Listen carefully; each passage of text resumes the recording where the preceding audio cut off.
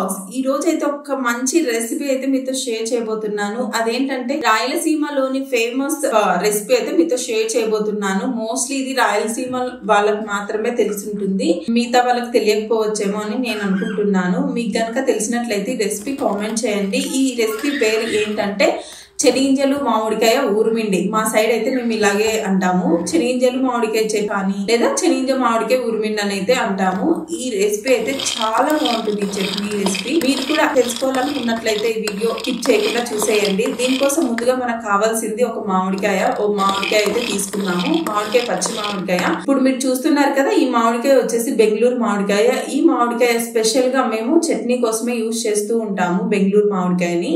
ఇదైతే ఇప్పుడే నేను ఫ్రెష్ గా చెట్టు నుంచి తెంపుకొని వచ్చాను.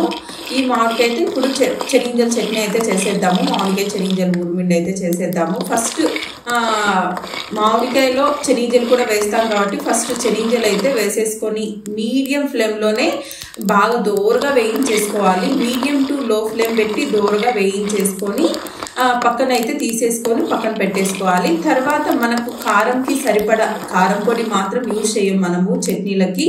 ఫ్రెష్గా అప్పటికప్పుడు మిరపకాయలు వేయించుకొని మనం పొడి చేసుకొని చేసుకుంటాం చట్నీకి. అప్పుడు రియల్ స్పైసీ అనేసి అయితే మనకు తెలుస్తుంది. కాబట్టి ఇక్కడైతే కనుక స్పైసీకి తగ్గట్టుగా ఎండు మిరపకాయలు అయితే వేసుకొని వేయించేసుకుంటున్నాను. ఇందులో మనము ఆయిల్ వేసుకోకుండా జస్ట్ ఓన్లీ మిర్చి మాత్రమే వేసుకొని వేయించేసుకోవాలి ఎర్ర మిరపకాయలు. ఇంకా ఇవి చల్లారేలోపు చెనిగింజలు అలాగే ఎండు మిరపకాయలు చల్లారేలోపు మనము మామిడికాయ తొక్క తీసి ఒప్పులు అయితే కట్ చేసుకొని తీసుకున్నాము. చూడండి, ఇక్కడైతే ఈ మామిడికాయ చట్నీకి మేమైతే కనుక స్కిన్ అయితే రిమూవ్ చేసేస్తాము. తొక్క మొత్తం తీసేసి తర్వాత ఒప్పులుగా కట్ చేసుకొని తర్వాత మామిడికాయ చట్నీ అయితే దంచుకుంటాము. మామిడికాయ సీజన్ వచ్చిందంటే ఇంకా మేమైతే కనుక చట్నీలు అయితే మంచిగా, ఏ కర్రీ ఉన్నా కూడా పక్కన ఒక చట్నీ అయితే ఉంటుంది.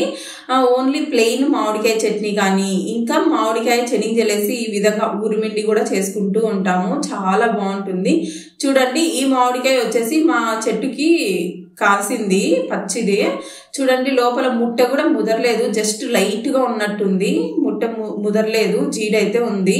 వీటిని వచ్చేసి ఈ విధంగా ఒప్పులుగా కట్ చేసుకొని చిన్న ముక్కలుగా అయితే కట్ చేసుకుందాము. నేనైతే ఈ విధంగా చాకుతో అయితే కట్ చేసుకుంటున్నాను.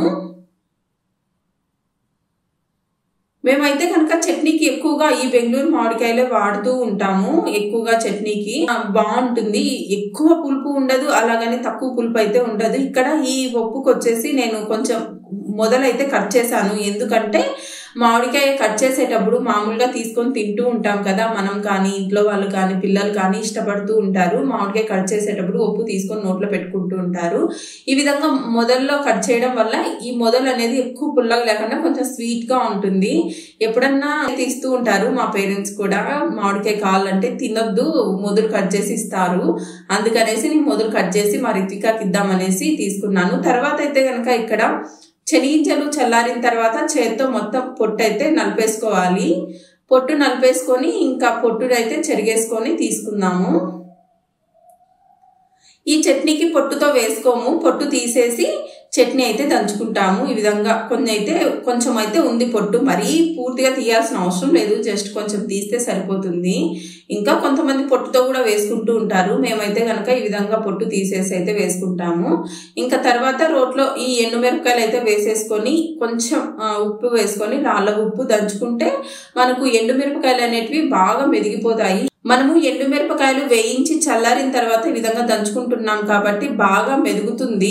తర్వాత అయితే గనక ఉప్పు మిరపకాయలు దంచేసుకున్న తర్వాత మనము చెరుక్కున్నాం కదా చెనిగింజలు కూడా వేసేసుకొని బాగా మెత్తగా పొడిలాగా చేసేసుకోవాలి.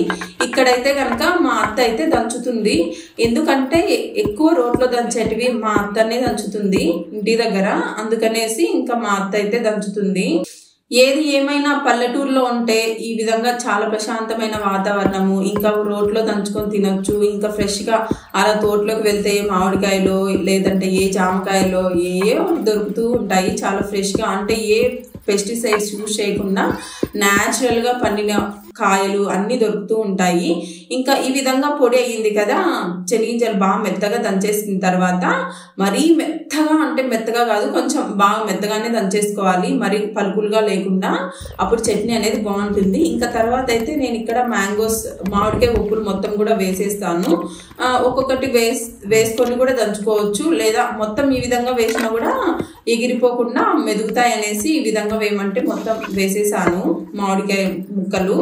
ఇంకా తర్వాత కొంచెం ఉప్పు వేయాల్సి ఉంటే కొంచెం ఉప్పు కూడా వేసుకుంటున్నాను. మనము కారము దంచినప్పుడు కొంచెం కారం పక్కన తీసి పెట్టుకోవచ్చు, తక్కువ అయితే వేసుకోవచ్చు, మళ్ళా ఎక్కువ కాకుండా పర్ఫెక్ట్గా అయితే సరిపోతుంది. ఇక్కడైతే కనుక మా మామిడికాయ చట్నీ ఇది ఉప్పు చూసాను, కొంచెం పర్ఫెక్ట్గా సరిపోయింది, కొంచెం ఉప్పు తక్కువ ఉంటే వేసాను.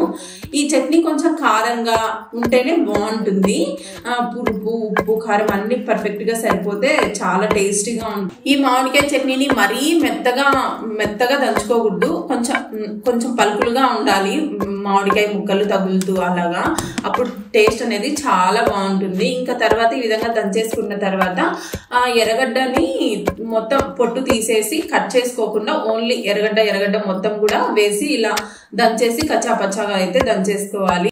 మనం అన్నం తినేటప్పుడు ఎర్రగడ్డ ముక్కను కూడా అన్నంలో నంచుకుంటూ తింటే చాలా బాగుంటుంది. ఇంకా చాలా ఇష్టము ఈ విధంగా తినడము, మోస్ట్లీ అందరికి ఇష్టమయ్యే ఉంటుంది. ఎక్కువ ఎర్రగడ్డలు వేసుకొని ఇంకా రైస్లో ఈ విధంగా చట్నీ కలుపుకొని ఎర్రగడ్డ ముక్క నంచుకుంటూ తింటే సూపర్గా ఉంటుంది అసలు. ఇంకా వేడి అన్నంలో కొద్దిగా నెయ్యి వేసుకొని ఈ శనగింజలు మామిడికాయ ఊరిమిండి వేసుకొని కలుపుకొని తింటే గనక ఒక్క ముద్ద తినే వాళ్ళు 2-3 ముద్దలు ఈజీగా తినేస్తారు, అంత బాగుంటుంది అసలు.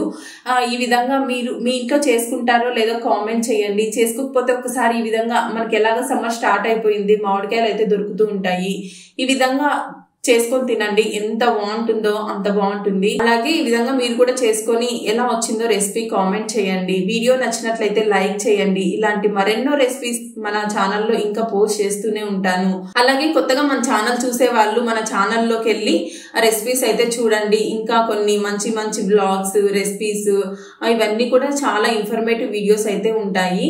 నేనైతే లాస్ట్ లో వేడి అన్నం పెట్టుకొని కొద్దిగా నెయ్యి వేసుకొని ఈ విధంగా మామిడికాయ ఊరిమిండి కలుపుకొని మధ్యలో మామిడికాయ ముక్క అలాగే ఎర్రగడ్డ ముక్క నంజుకొని తింటే ఎంత టేస్టీగా ఉందో అసలు. చూసారుగా రాయలసీమ స్టైల్లో శనగింజలు మామిడికాయ ఊరిమిండి. మీకు నచ్చింది అనుకుంటున్నాను. నచ్చినట్లయితే వీడియో లైక్ చేసి ఇలాంటి మరెన్నో రెసిపీస్ కోసం మన ఛానల్ని సబ్స్క్రైబ్ చేసుకోండి. మరో మంచి వీడియోతో మీ ముందుకు వస్తాను. అంతవరకు keep watching Srikrishna vlogs. Bye.